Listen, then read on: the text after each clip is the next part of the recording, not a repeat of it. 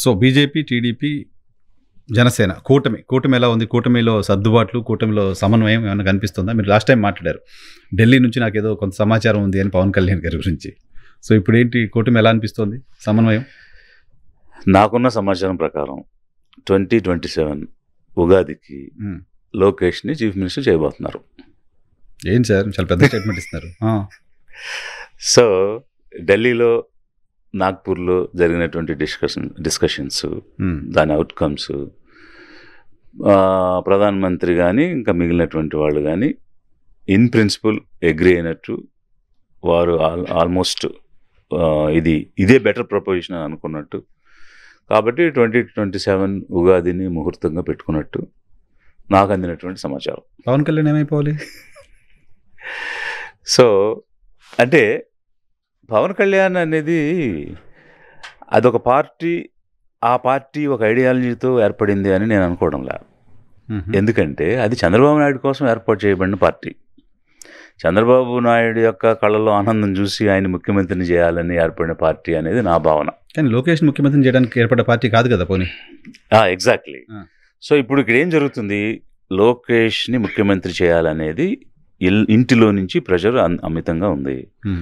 దాన్ని తట్టుకుని నిలబడే పరిస్థితిలో చంద్రబాబు నాయుడు గారు లేరు. అంటే నాకు తెలిసిన సమాచారం చెప్తున్నా. సో లేరు. ఈ పరిస్థితిలో ప్రధానమంత్రి గారిని కలుసుకోవడం, తర్వాత పార్టీని, కేంద్ర ప్రభుత్వాన్ని నడిపించే సంస్థని కలుసుకోవటం, అక్కడ చాలా పావులు కదపటం, చాలా రకాలైనటువంటి చర్చలు జరిగాయి. అంత లోతైనటువంటి సమాచారం నేను చెప్పలేను కానీ, but one thing is in principle they have agreed.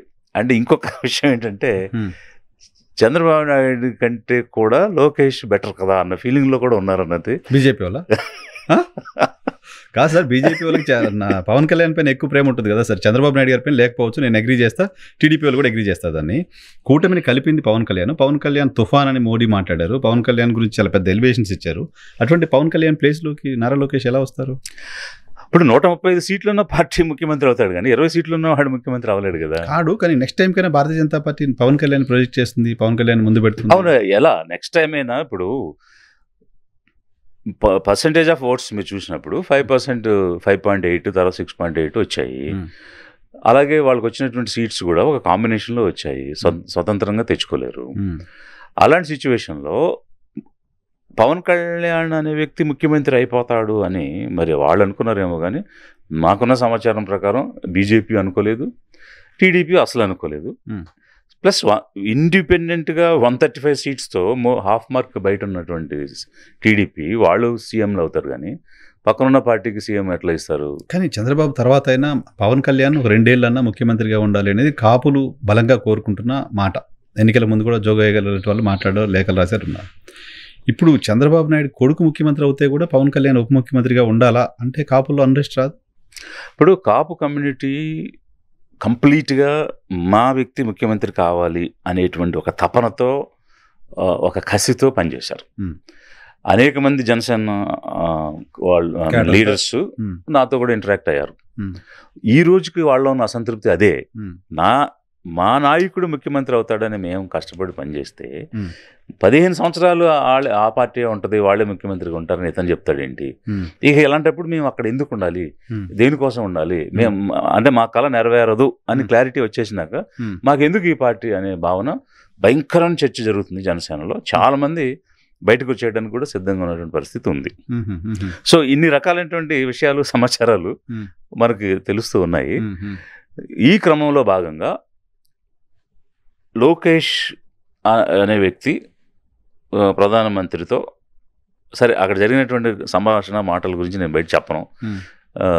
But ఒక సయోధ్య అనేది జరిగింది, క్లియరెన్స్ అనేది ఇచ్చారు. ఆ క్లియరెన్స్ ఇచ్చిన తర్వాత మీరు జరిగిన సీక్వెన్స్ ఆఫ్ మీటింగ్స్ చూస్తే how much preference he is giving to Lokesh అనేది మీకు అర్థమవుతుంది. డెఫినెట్గా అది కనపడుతుంది. రేయాసుల్లో పవన్ కళ్యాణ్ కూడా పక్కన పెట్టి లోకేష్ని మోదీ దగ్గర తీసుకోవడం, ఆ క్లోజ్నెస్ కనపడుతుంది, తెలుస్తుంది. గతంలో ఎప్పుడు లేనిది. సో పవన్ కళ్యాణ్ ఒప్పుకుంటాడా సార్ లోకేష్ని సీఎం చేస్తే, as far your idea? First of all ఒప్పుకోవాల్సిన అవసరం ఏముంది? ఆయన ఎందుకు ఒప్పుకోవాలి? అది ఫండమెంటల్ పాయింట్. రెండోది ఏంటంటే ఇప్పుడు ఈయనకైనా నేను విశ్వగురువు, దేవుడు దూత అని పిఎం చెప్పుకుంటున్నాడు. ఆయన నా గురువు అని ఈయన చెప్పుకుంటున్నాడు. మరి గురువు తీసుకున్న నిర్ణయాన్ని శిష్యుడు అంటే కాదంటాడు. ఆయన ఒప్పుకోవాలి. ఎందుకు ఒప్పుకోవాలంటే ఈ రెండు పార్టీలని కలిపేలా ఒప్పించింది ఆయన కాబట్టి ఇప్పుడు ఆయన ఒప్పుకోవాల్సిన అవసరం ఉంటుందా అని.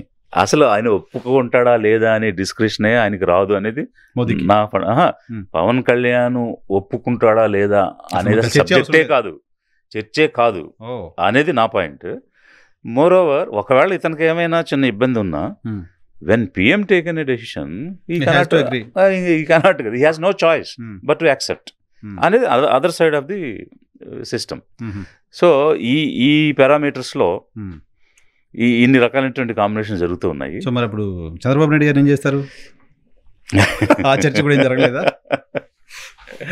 ఉంది, అది కూడా ఉంది. రాష్ట్రపతి ఆయన ఉంది, ఇంకా చాలా ఉంది. అలా అనుకుంటే రాష్ట్రపతి ఎవరు అవుతారు అనేది కూడా ఉంది. సో అన్ని విషయాలు మనం ఇప్పుడే చెప్పడం కాదు. అయితే ఇప్పుడు ఈ మీరు ముఖ్యమంత్రి కాపులు కాంబినేషన్ వచ్చింది కాబట్టి సునీల్ కుమార్ గారు నేను ఒక ప్రపోజల్ ఇచ్చారు. కాపులు దళితులు కలిస్తే కాంబినేషన్ బాగుంటుంది, కాపులు ముఖ్యమంత్రి కావాలి, దళితులు ఉప ముఖ్యమంత్రి కావాలి అని ఒక కమెంట్ చేశారు. దానిపై రాజకీయంగా కూడా చాలా ఇష్యూస్ నడుస్తుంది. సో ఆ కమెంట్ని మీరు ఎలా చూస్తారు? ఫస్ట్ పాయింట్ ఏంటంటే ఇలా కాస్ట్ రిలేటెడ్గా అనేది కనుక మనం తీసుకుంటే single largest community in Andhra Pradesh is Mala community. మొత్తం ఎంటైర్ పాపులేషన్లో అంటే ఈచ్ కాస్ట్ ఒక కాస్ట్గా మనం తీసుకుంటే కనుక సింగిల్ లార్జెస్ట్ కమ్యూనిటీ వచ్చి 9.89%, అంటే నియర్లీ 10% ఉన్నటువంటి community Mala community. Second place Kapu, third place Madiga, then Yadava, ఆ తర్వాత రెడ్డి, ఆ తర్వాత ఇంకా వేరియస్ కమ్యూనిటీస్ ఉన్నాయి. So this is how. అయితే సిమిలర్ కాస్ట్ని కనుక కలుపుకుంటే లైక్ ఇప్పుడు కాపుతో పాటు ఒంటరి, బలిజ, తూర్పు కాపు కూడా కలిపితే they are coming to 13% okay. So ఆ విధంగా మేమంతా కాపులమే, మేమంతా ఒకటే కమ్యూనిటీ అని వాళ్ళు క్లెయిమ్ చేస్తూ సో దే ఆర్ పోజింగ్. అంటే రియాలిటీలో బిలో 14% ఉన్నారు, బట్ పబ్లిక్గా మేము 19 ఉన్నాం, 20 ఉన్నాం అని చెప్తున్నారు. It's not true. Okay, they are 14, around 14, that's all. Max is 14. Then అలాంటప్పుడు సిమిలర్ కమ్యూనిటీస్ అంటే ఇప్పుడు షెడ్యూల్ కాస్ట్లో ఉన్న కమ్యూనిటీస్ అన్ని తీసుకుంటే ఇట్ ఈస్ క్రాసింగ్ 19%, అంటే యావరేజ్గా 20% ఉంటారు, ఇంక్లూడింగ్ ద క్రిస్టియన్, హిందూ, అన్ని రిలీజియన్స్లో ఉన్న వాళ్ళు కలుపుకుంటే. So 1/5 of the population are this schedule caste కమ్యూనిటీస్లో ఉన్నవాళ్ళు. సో అలాంటప్పుడు మరి democracy means what majority, majority means what numbers. So numbers speaks democracy కాబట్టి అలాంటప్పుడు ఖచ్చితంగా విడిపోయిన ఆంధ్రప్రదేశ్కి ముఖ్యమంత్రి షెడ్యూల్ కాస్ట్ నుంచి అవ్వాలి, if you go by majority and if you go by community, because they get the precedence. First అవకాశం వాళ్ళకి రావాలి. As for democracy, as for numbers, as for democracy, as for numbers మొదటి అవకాశం రావాలి. అప్పుడు ఎస్సీస్ నుంచి ముఖ్యమంత్రి అయితే కాపుల నుంచి ఉప ముఖ్యమంత్రి అవడం అనేది సమంజసం. ముఖ్యమంత్రినా ఇంకా వాళ్ళు ముఖ్యమంత్రి దాకా రావచ్చు. అంటే మీరు ఈ కాంబినేషన్ వెళ్ళినప్పుడు సునీల్ గారి కాంబినేషన్, మరి ఆయన ఎందుకు మాట్లాడుతారు? అది is not a political party, political. అదే అంటే ఒకవేళ ఆ డైమెన్షన్స్ లో కనుక మనం చూస్తే అది జరగాలి. సో అంటే ఇప్పుడు వేరియస్ రీజన్స్ ఉంటాయి కదా. ఒక పర్సన్ సీఎం అవ్వాలంటే ability, knowledge, experience, political manoeuvring ఇవన్నీ ఉంటాయి కదా. సో 20% పాపులేషన్ బ్యాక్వర్డ్ కమ్యూనిటీస్, ఎస్సీస్ కమ్యూనిటీస్ నుంచి ఉండి ఆ స్థాయిలో ప్రెజర్ చేయలేకపోతున్నారు సార్ పార్టీల పైన. డెఫినెట్గా కనీసం స్టేక్ తీసుకోలేకపోతున్నారు. చైర్ ఓకే, తర్వాత విషయం, స్టేక్ తీసుకోలేకపోతున్నారు. కేవలం ఈ వాట్సాప్లో మెసేజ్లు పెట్టుకోవడం, ఎక్కడైనా గొడవ వచ్చినప్పుడు అరుచుకోవడం తప్ప they are not able to yield any power, they are not able to command anything. అసలు ఫండమెంటల్ ప్రాబ్లమ్స్ ఉన్నాయండి. అదేమిటంటే ఒక న్యూన్యతా భావంలో ఉన్నారు ఈ కమ్యూనిటీస్. మేము చేయగలం అన్న కాన్సెప్ట్ లేదు. ఆ పారాడైమ్ షిఫ్ట్, ఆ థాట్ ప్రాసెస్లోకి రాలేకపోతున్నారు సార్. ఇప్పుడు మన దక్షిణ భారతదేశంలో కాస్త అడ్వాన్స్గా ఉంటామని పేరు కదా. ఉత్తర భారతదేశంలో, ఉత్తరప్రదేశ్ లాంటి చోట్ల ఎప్పుడో 30 ఏళ్ల క్రితం ఆ చైతన్యం వచ్చింది. మన దగ్గర ఇప్పటికీ రాకపోవడానికి రీజన్ ఏంటి? It's purely we have to go in to the history. తరతరాలుగా 90% అంటే 80% మంది శూద్రుల్ని, 50% మంది మహిళల్ని బానిసలుగా పెట్టింది సమాజం. అది ఎన్ని సంవత్సరాలు? ఇంచుమించు 2000 సంవత్సరాలు. సో అంటే ఎన్ని జనరేషన్స్ మారిపోయి ఉంటుంది. ఒక జనరేషన్ తర్వాత ఇంకో జనరేషన్కి ఏం నేర్పించారంటే you have to be submissive, నువ్వు అణిగి మణిగి ఉండాలి, తలదించుకుని ఉండాలి, కూలి పనులు చేయాలి, ఊడిగం చేయాలి, వృత్తి పనులు చేయాలి, కుండలు తయారు చేయాలి, వడ్రంగి పని చేయాలి, కంసాలి పని చేయాలి, ఇట్లా గొర్రెలను పెంచాలి, లేకపోతే మేకలను పెంచాలి, ఇట్లా నేర్పించారు కదా.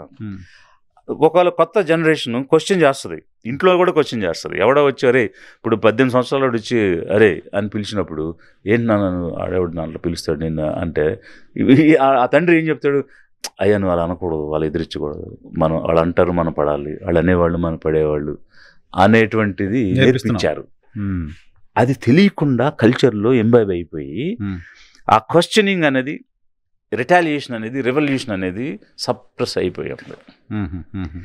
దాన్ని తిరిగి లేవనెత్తి we are all human beings, we have similar abilities and similar intelligence, మనం కూడా చేయగలం, వీ క్యాన్ అన్నది నేర్పించాలని లిబరేషన్ కాంగ్రెస్ ద్వారా విశ్వ ప్రయత్నం చేస్తున్నా నేను.